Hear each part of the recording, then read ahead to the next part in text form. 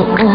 Lahat ng pangarap ay Stars, iba't ibang talento, kabisuhan at kwento ng buhay ng mga batang Pinoy ang nasaksihan natin. Talagang hindi biro ang pinagdaanan ng ating 8 questors para makapasok sa semifinal. Pero kasabay ng pagpasok ng 2011, they are a few steps closer to reaching their dreams. The questors share with us kung paano nagbago ang kanilang mga buhay matapos nilang manalo.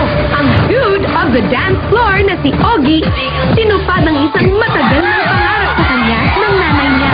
Salamat po ko sa ACQ. Dahil po dito, nabinyagan na po ako.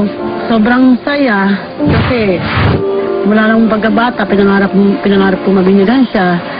Hanggang sa nawala rin papa niya, hindi pa rin napabinyagan. So, kung nanalo siya sa SCQ, saka lang siya napabinyagan. Brenna, the dancing darling, pinaglapit muli ang mga kapamilyang matagal nang hindi nagkakasama. Masaya po. Kasi po, nalalaman po nila kung sino po. Yung mga relatives namin na matagal namin din nakikita, kumukontak po para tanungin kung sino yung batang nanalo na yon. Tapos marirealize nila na kamag-anak pala nila si Brenna. Ang little Mr. Funny Guy na si Clarence. Todo sa pagpapasaya sa lolo't lola niya. Marami po na pa-picture po sa akin sa school pati po sa gift. Naiyak po sa tuwa po yung lola at lola ko po. Ay, hindi ko po inasahan na mananalo si Clarence kasi po sa totoo lang, lahat po talaga ng sumali, deserving po kasi magagaling po talaga at 15 po yung mga bata. Kaya nagpapasalamat po ako sa Diyos, sa mga tao nagtiwala po sa anak ko. Kylene, the princess actress. Naging instant internet sensation. Sa FB ko po, madami na po fans.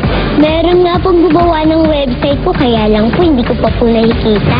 Open din po ako ng Facebook ko. Nag-add sila sa akin kasi parang nagtatanong po sila kung Noon, nasa school lang po ako nag-aaral, tapos pagdating po sa bahay, nag-aaral din po ako.